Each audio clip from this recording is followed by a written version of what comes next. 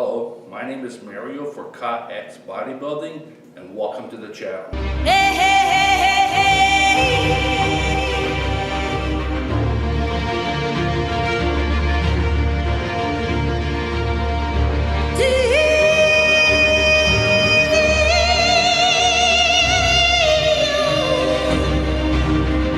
Hey guys, so today this video is going to be about a review of the Olympia. As you all can see, I'm stepping up my game. I'm starting to get to that next level of YouTube making with this microphone here. So I already tried it once and the sound seems a lot better. So hopefully you guys enjoy it. But anyways, let's do the Olympia review. Looking at I did the pay-per-view thing, so watching the whole thing, I thought it was pretty good.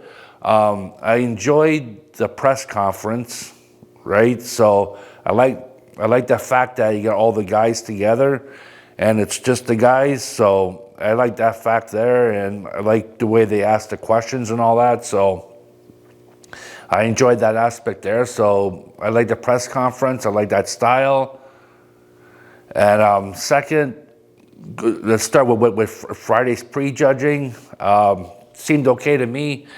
I didn't see anything that really caught my eye that I did not enjoy. From there, we move on over to Saturday for the finals, men's classic. But basically, I guess I just heard Tyler Mannion's breakdown of it, how he judged it. I guess it was all right. Props to Mike Summerfield. I thought that was awesome. The weight what he brought. To Urs Kolinski, pretty sure it's how you say his name, but I think he did a good job too, because I'm pretty sure earlier on this year he was having some mental health issues. He was going too much. He had to scale back a little bit. So, you know what I mean?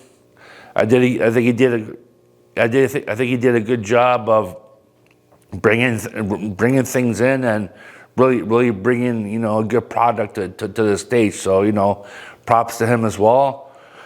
So anyway, so let's go to the men's open. For me last year, my predictions was, I didn't really do a prediction video, I don't think, but last year my prediction was Nick or Derek 1 and 2, right? I didn't know which one was going to win, but I was pretty sure that it would have been one of those two there. And Nick got hurt, but seeing him afterwards, I'm pretty sure I would have been right. It would have been one of those two there. So this year it was different. I couldn't really make a prediction. Like, I didn't know I just you kind of knew that Derek would be in there, Samson, Hottie, Andrew, right? Then it was Martin, he was coming in. Then supposedly Nick would have been in there, but I guess he didn't feel a desire to compete. But whatever, you guys can all watch Greg Doucette's video on that. I'm sure he explains everything there. But yeah, so basically it would have been pretty much, in my opinion, would have been anybody within those guys there. And so basically it's what happened, right? So you had Samson win, you had Hottie in second, and you had Derek in third. Now, I really didn't have any problems, and props to Martin Fitzwater. That was awesome. They came in fourth. Now, I didn't have too much of a problem with them giving Samson the win, but I didn't agree with them putting Hottie in second. I think Derek should have been in second. And the reason why I say that, if you look at my past video, I spoke about that bump on Hottie's left shoulder, and I guess he had a problem with his right pec as well. To me, that really stood out, and I don't see how that is has a good flow to his physique, right? So I don't see how they could have given him a win. I was looking at Derek, even though his legs should be bigger, he still had more of a better flow to his physique. I think he did a lot better job. So in my opinion, you know what I mean, they should have gave Derek the second place. Samson, he had, in my last video I mentioned he had an issue with his right arm, and but well, whatever, like basically he's got a good structure, so I could see them giving him the win, right? But so I had no problem with that. But put Hadi in second, like, I mean, look at his legs. The guy, he's got no flow. It's like the one guy made a comment saying he's like a walking fridge. So he's got these big lumpy legs, and there's no flow to his physique. And he's got that bump in the left shoulder. So just for that, like I went to gave the guy second place, right? And I don't even think I would give him third. I think Martin Fitzwater was a lot better. If you look at Martin, he's got a lot better flow to hit to his physique. So I would have put Hadi in fourth and put Martin in third, and then, well, I would have had to be there to decide for Derek and Samson, but they gave it to Samson, which is fine. So Derek second and Samson first, right? To me, I think that would have been a better outcome. I think it would have been more fair. And yeah, so that's about it. Just one thing I want to touch on is the vulgar language. Like they cut off Andrew Jack. They cut off his music, right? Which I think was fine, but I guess Brandon Curry had vulgar language as well.